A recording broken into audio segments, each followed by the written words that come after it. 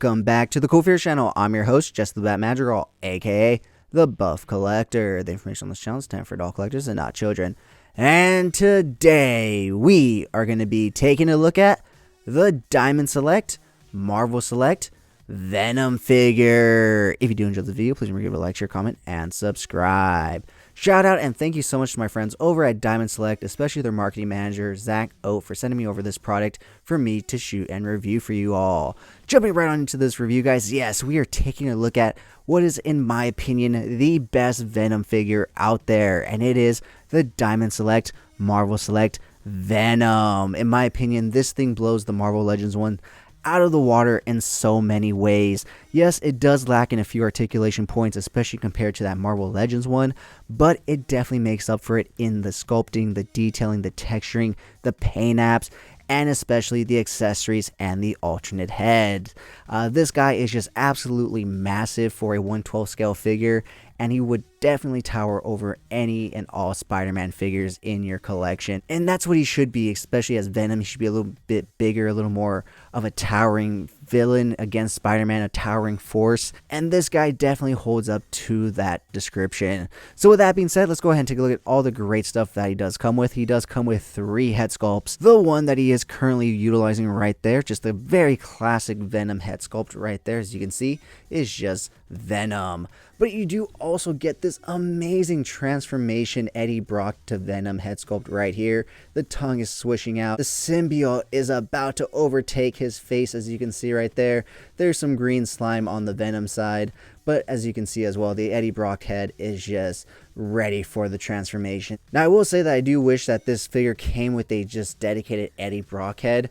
However, it does not, but that's okay, because aside from that head sculpt, we do also get a very full-on Venom head sculpt. As you can see, we have some green slime all around the mouth. The teeth are out, the tongue is out, and he is just pissed off. He has some great sculpted wrinkle detail right there, as you can see. And the really cool thing is if you don't want the tongue in here, if you just want like a screaming Venom, you can pop the tongue out, and that's exactly what you get, a screaming Venom. Now, the great thing about this is also that the hole for the tongue is really high up in there, so without the tongue, you don't just see like a random hole in the mouth.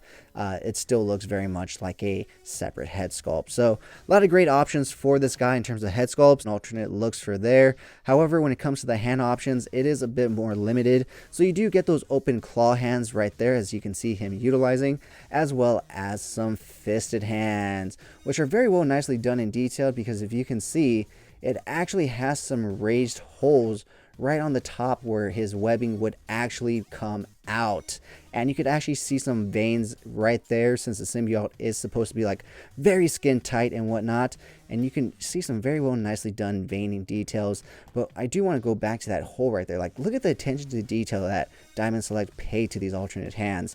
There's something right here. I mean, if you have some alternate webbing, you can even plug it into that hole right there. Now, I will say the one downside to these hands on this figure is that there's no movement to them besides rotation. As you can see, it's just a basic peg that goes straight in, so you don't get any hinging action in and out or up and down. You just get strictly rotation. But yeah, we do also get these separate 2 arms, which they do plug into his main arms right there near the elbow and whatnot. So you do get these 2 arms to add to his arms, I guess. And the best accessory, in my opinion, that this guy comes with is this entire symbiote back piece right here. Once again, adding to his arms down here, which does have some articulation as well. So you do have a single joint right there. You have rotation up there at the bicep, rotation at the hands as well. No hinging as well on these hands, but some more articulation points right here on this one. Same thing, rotation, hinging, single hinge, rotation at that hand. But the real cool thing about this thing is all the little separate Venom heads on this thing. Just looks so gnarly and awesome, and just such an absolute beautiful accessory to have with this Venom. And the attention to detail on the paint applications on this figure is absolutely phenomenal. It isn't until you get to these smaller Venom heads right here that you get a little bit of a bad paint job on that one, but at the same time, it's supposed to barely be poking out of the symbiote, so it makes sense. But we will definitely see him with this on at the end.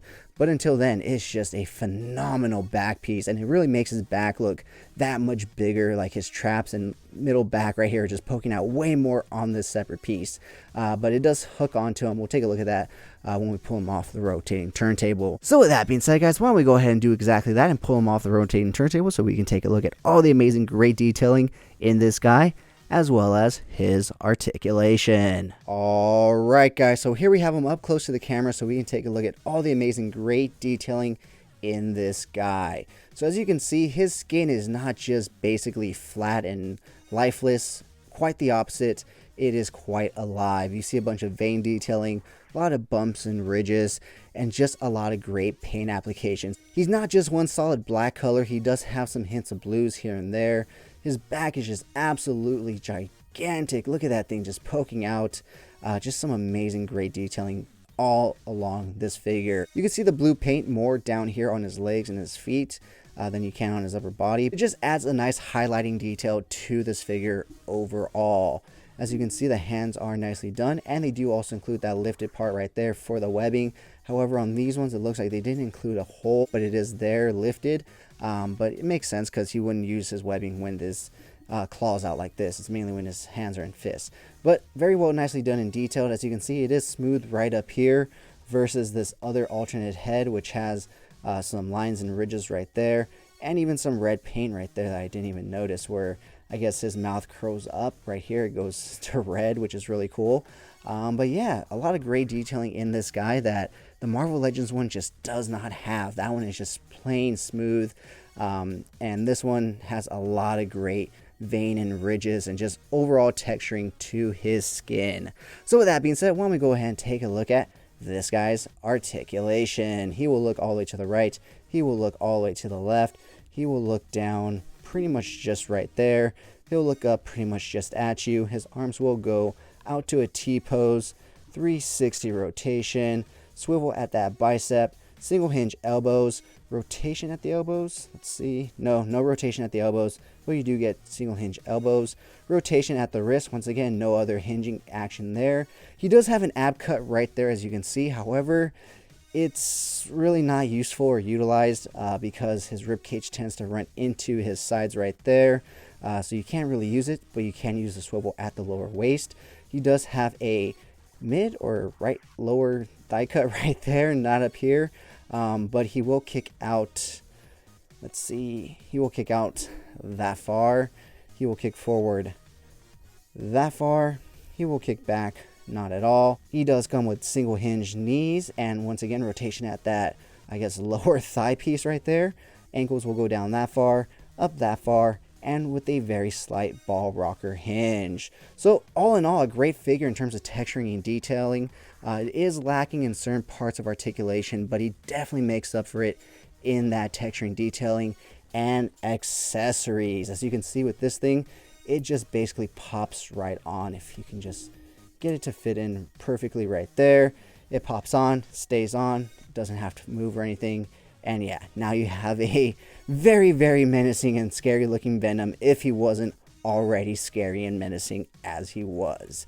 With that being said, guys, that wraps it up for this guy's articulation. Real quick, guys, I do want to point out this little hole on his forearm right here, and that's exactly where those other little arms plug in right there in order to add that extra limb popping out right there. Alright guys, so that has been my review of the Diamond Select Marvel Select Venom figure. Once again, shout out and thank you to my friends over at Diamond Select, especially their marketing manager Zach Oat, for sending me over this figure for me to shoot and review for you guys. Let me know down in the comments below, what did you think of this figure? Is this the definitive Venom figure? Let me know down in the comments below, and if you've made it this far in the video, type down in the comments below Symbiote. That way I know you've made it this far and you're enjoying the content. With that being said, let's go ahead and take a look at some really cool pics that I took of this guy. If you did enjoy this video, please remember to give it a like, share, comment, and subscribe. And as always, have a great fucking day.